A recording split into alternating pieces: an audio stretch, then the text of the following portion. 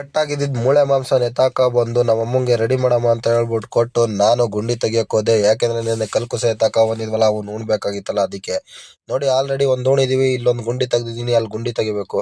But ಇನ್ನೊಂದ್ ಕಲ್ಲು ಎತ್ತಾಕ ಬರಕ್ ಬಂದ್ವಿ, ಯಾಕಂದ್ರೆ ಒಂದ್ ಕಲ್ಲು ಮುರಿದೋಗಿತ್ತು. ಬನ್ನಿ ತೋರಿಸ್ತೀನಿ ಆಮೇಲೆ. ನೋಡಿ ಹಾಕೊಂಡ್ ಪಟಕ್ ಅಂತ ಮ್ಯಾಲಿಂದ ಎಳ್ದಿದ್ದೇನೆ.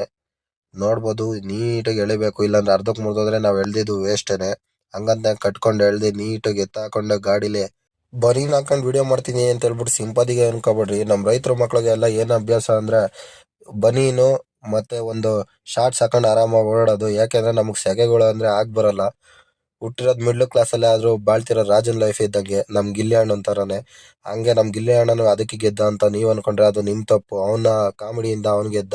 ಹಂಗಂತಾನೆ ಹೇಳ್ಬಿಟ್ಟು ಇಲ್ಲಿ ಕಡ್ಡಿ ಎತ್ತಾಕೊಂಡ್ ಹೋಗೋಣ ಅಂತ ಹೇಳ್ಬಿಟ್ಟು ನಮ್ಮ ಹಸುಗಳಿಗೋಸ್ಕರ ತೆಂಗಿನ ತೋಟಕ್ಕೆ ಎಂಟ್ರಿ ಆಗಿ ಎತ್ತಾಕೊಂಡು ಬಂದು ಅನ್ಲೋಡ್ ಮಾಡ್ಬಿಟ್ವಿ. ನೋಡ್ಬೋದು ಆಲ್ರೆಡಿ ಕಡ್ಡಿ ಅನ್ಲೋಡ್ ಆಗೈತೆ, ಇವಾಗ ಕಲ್ಲು ಅನ್ಲೋಡ್ ಮಾಡಿದ್ವಿ. ನೋಡ್ಬೋದು ಈ ಕಲ್ಲು ಮುರಿದೋಗಿರೋದ್ರಿಂದನೇ ಇನ್ನೊಂದ್ ಕಲ್ಲು ಎತ್ತಾಕ ಬಂದಿದ್ದು. ಬಟ್ ಏನ್ ಮಾಡೋದು, ನಮ್ ದುರಾದೃಷ್ಟ, ಆ ಕಲ್ಲು ಮುರಿದೋಯ್ತು. ತೋರಿಸ್ತೀನಿ ರೀ. ಹಂಗೆ ಅಂತಾನೆ ಕಡ್ಡಿಗಳ ಮೇಲೆ ಮಾರ್ಕ್ ಮಾಡ್ಕೊಂಡ್ವಿ, ಕಡ್ಡಿ ಉಣೋಣ ಅಂತ ಹೇಳ್ಬಿಟ್ಟು. ಹಂಗೆ ನಮ್ಮಪ್ಪ ಒಂದ್ ಹೊಸ ಐಡಿಯಾ ಹುಡ್ಕಿದ್ರು. ಅದೇನಪ್ಪ ಅಂದ್ರೆ ಕಂಬ ನಿಲ್ಸೋಣ ಅಂತ.